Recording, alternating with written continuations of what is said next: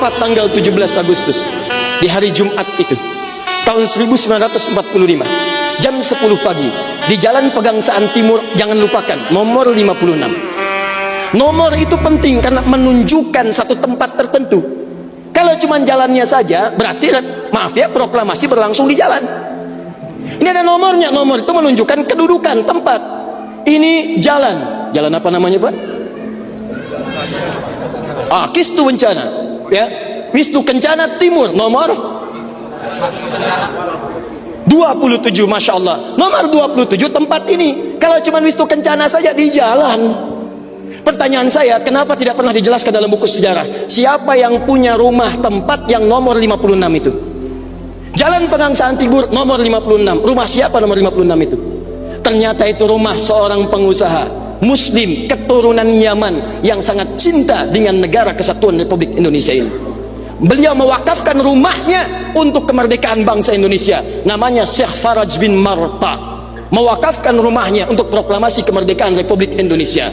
Insinyur Soekarno datang ke situ dalam keadaan masih lemas. Ada kemudian penyakit dalam tubuhnya, maka diberikan oleh beliau madu Yaman di malam harinya. Siang-siangnya sudah fresh, dalam keadaan yang baik, maka digelorakanlah kemudian di sampingnya ada Bung Hatta, proklamasi sampai dengan ujungnya. Teman-teman, proklamasi 17 Agustus tahun 1945 itu memiliki saham yang kuat dari pertemuan-pertemuan dan perjuangan para ulama. Karena itulah teriakan takbir yang digelorakan oleh Bung Tomo dari Surabaya itu, Allahu Akbar, Allahu Akbar. Terjemahan takbir itu kalau diterjemahkan dalam bahasa Indonesia adalah Allah yang maha besar, Allah yang maha kuasa.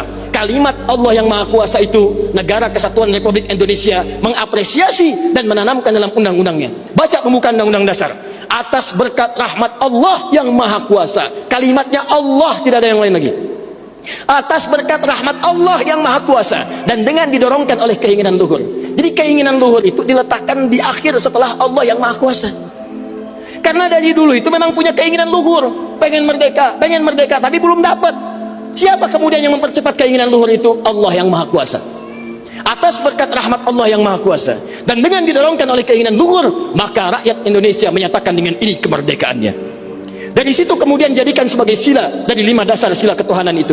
Ketuhanan yang Maha Esa, sila yang pertama. Siapa ketuhanan yang Maha Esa itu? Dalam pengertian kita, Esa artinya Ahad. Qul huwallahu ahad. Ditafsirkan kemudian dengan perlindungan dari negara, pasal 29 ayat 1 untuk dasar negaranya. Negara berdasar atas ketuhanan yang Maha Esa. Karena itu kalau di bumi Indonesia ini ada orang-orang yang anti Tuhan, ada orang-orang yang menolak ketuhanan, sesungguhnya dia sedang melanggar undang-undang. Dan pasal 29 ayat 2-nya, negara menjamin kita untuk menerapkan nilai-nilai ketuhanan dalam bentuk ibadah. Perhatikan bacaannya. Negara menjamin kemerdekaan tiap-tiap penduduk untuk memeluk agamanya masing-masing dan beribadah menurut agama dan kepercayaannya itu.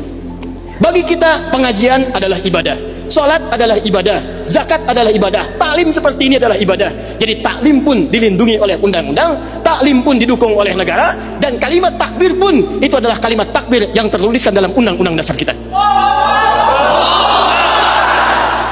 Jadi kalau ada anak bangsa yang anti dengan kalimat takbir, itu artinya anak bangsa yang tidak mengenal perjuangan nenek moyang kita yang telah mewujudkan negara kesatuan Republik Indonesia. Takbir.